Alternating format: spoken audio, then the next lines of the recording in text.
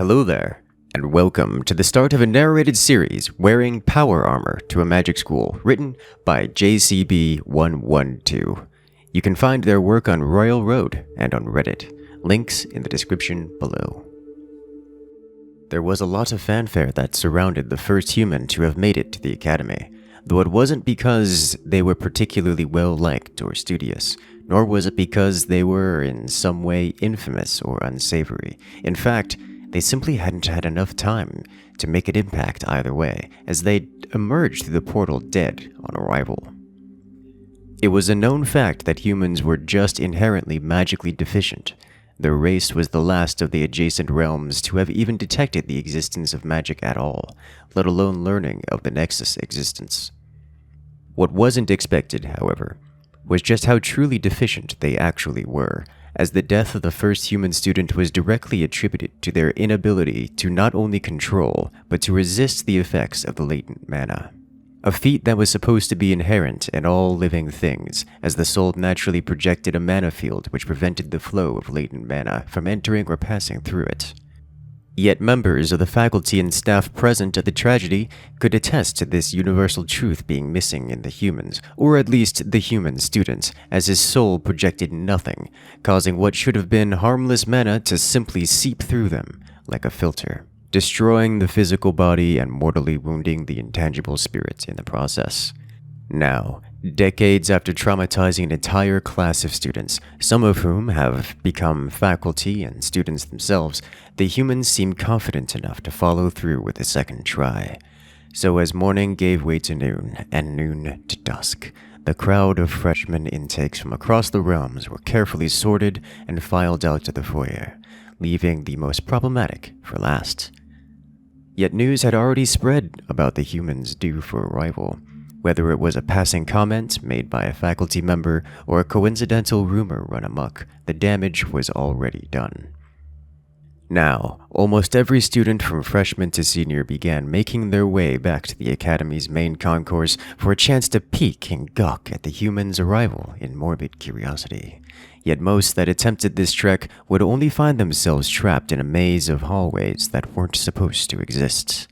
Indeed, many would somehow find themselves inadvertently redirected back to the seminarium, or worse, straight to the dean's office for disobeying the one unspoken rule of the day: no entry back into the foyer after dusk. Which a simple lock would have sufficed, the faculty refused to take any chances with the human arrival this time around. A repeat of the first human arrival would not happen again, especially when a few of the faculty present were there for that gruesome arrival all those years ago. So even as mana stores were drained for the purposes of this elaborate barrier, it would all be worth it. This year's roster of freshman students were a particularly noteworthy collection of nobility and even royalty. A velvet glove approach was necessary to maintain some level of decorum, even as the rumors continued to circulate. Nobles naturally detested being told what they could or could not do after all. Yet, despite their best efforts, a few more magically gifted did manage to find their way through. Making their way across hidden passages and corridors, nominally hidden by a lesser cloaking spell, these gifted students eventually ended up in a small servant's hideaway, usually reserved for the lesser elves. Those few that managed to evade the faculty's barriers were extraordinarily blessed by the Great Mother, their magical potential overpowering or outright shorting out the otherwise strained and preoccupied barrier spells erected by the scant few professors and staff assigned to the task of overseeing the reception of this prospective human student. What was euphemistically referred to as a hideaway was nothing more than a hole in the wall the size of a large broom closet, yet lacking even in the height department in that regard. It was a far departure from the glitz, glamour, and comforts that the three freshmen were more than likely accustomed to, but that didn't detract from the one perk that drew them here in the first place, a rather worrying rumor that they'd inadvertently proven right.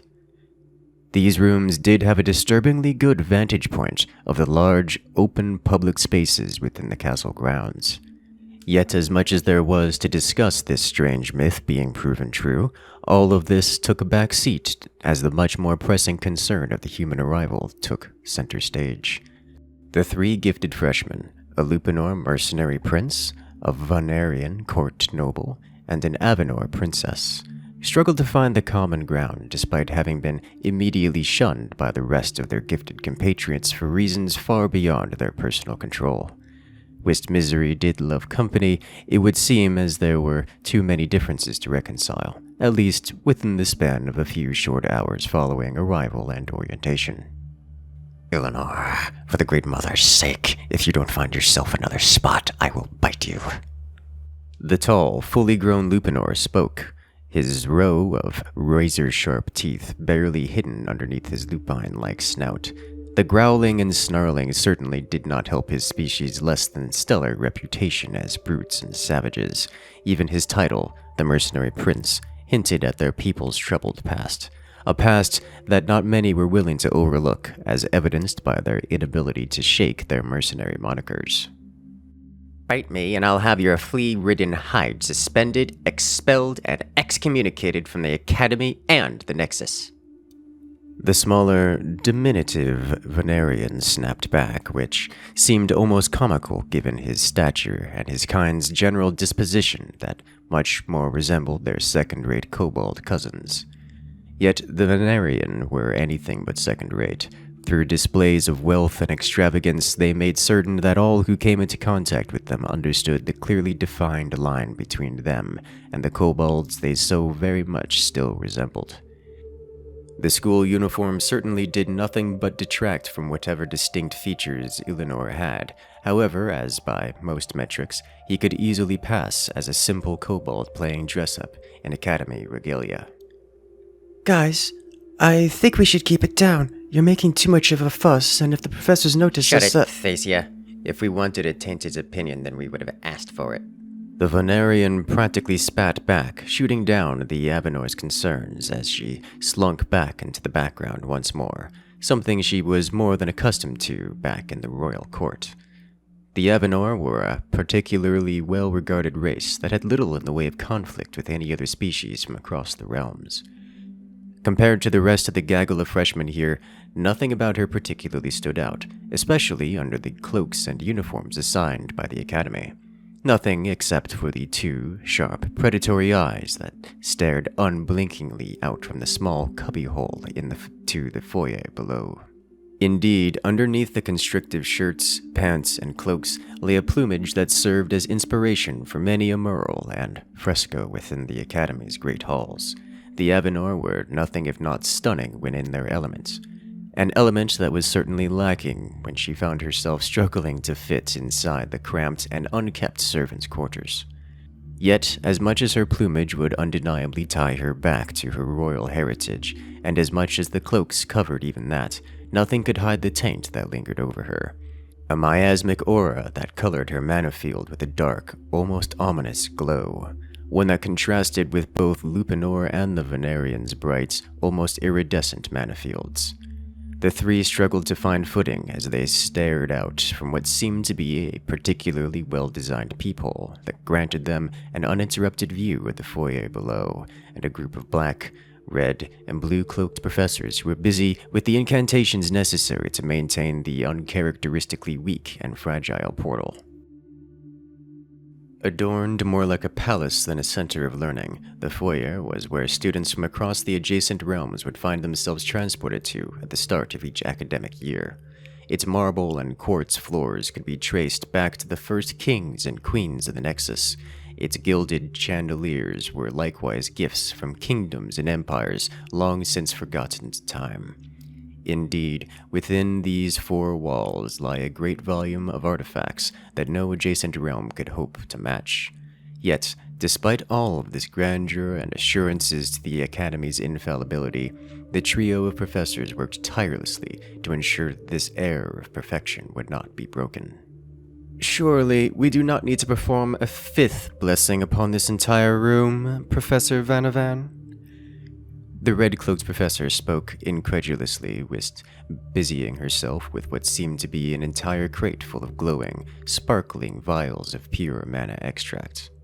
Of course we do. The humans are like a sickly newborn. They require the extra help, all the extra help they can get. The blue-robed professor spoke, his elvish accent coming through particularly harshly, especially under these stressful circumstances. We know how magically challenged they are, and we know how magic can pierce their non-existent mana fields straight into their unprotected souls.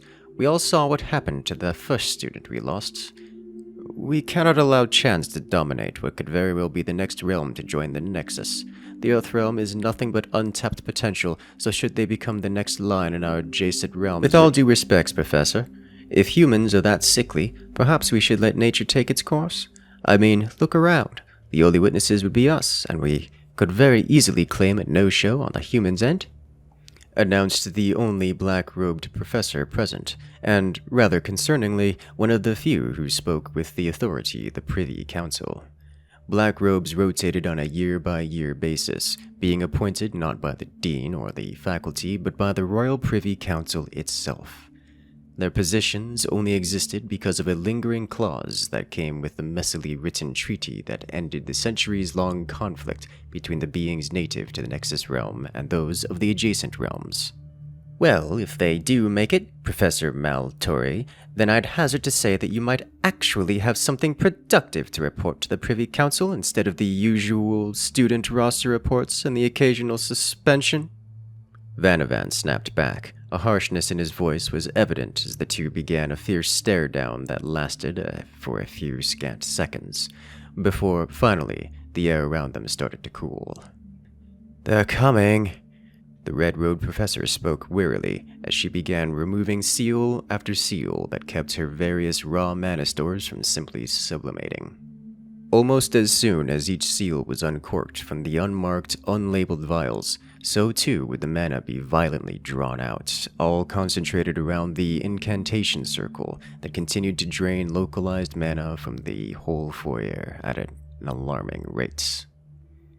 Indeed, it wouldn't be too much of a stretch to even say the professors felt mana being tugged from their own mana fields, if it wasn't for their advanced magics keeping such disturbances at bay. The mana drain was so incredibly strong that the magically lit lanterns adorning the colonnades began to dim before going out entirely, leaving the entirety of the room in pitch-black darkness. Silence now reigned as the trio of professors concentrated their energies into forming the portal into a more cohesive shape, trying desperately to fight back against the exhaustion that threatened to overwhelm them. All of this happened in complete and abject silence until suddenly, snap! In a violent, almost unexpected display of brute force, the portal opened just wide enough to allow not only for a single figure to materialize through, but for a glimpse of the world the creature had just arrived from to be visible to all within its immediate vicinity. It was a world of cold, bland, oppressive grays and blacks. A world full of metal railings and metal walls, of strange metal contraptions, golems, and electrical energy shooting back and forth across entire spaces in a dizzying array of overactivity. It was a decidedly alien world, one that the professors were glad to have only glimpsed at briefly, as the trio all struggled to stand after that entire experience. All were so overwhelmed by this experience that they overlooked the monster that had just landed on their doorstep. What could only be described as a hulking behemoth that matched the blue-robed elf's height of just under 7 feet. The beast was clad in armor thicker than most ceremonial knights, with equally thick padding underneath. A helmet of incredible craftsmanship sat atop all of this, with a single flexible tube connecting its side with a large metal backpack that looked as unwieldy as it was cumbersome. 2 blue-tinted opaque lenses now stared back at the professors as the beast raised a single hand and slowly began to wave. "Hi, I'm Emma, the new student from Earth." Hey guys, this is a new style of content I'm mixing into the channel, so I'd like to ask you to please go into the comment section and tell me what you liked about this video or what you would like to see changed. And as always, make sure to hit that subscribe button so you don't miss the next episode of this series. Later.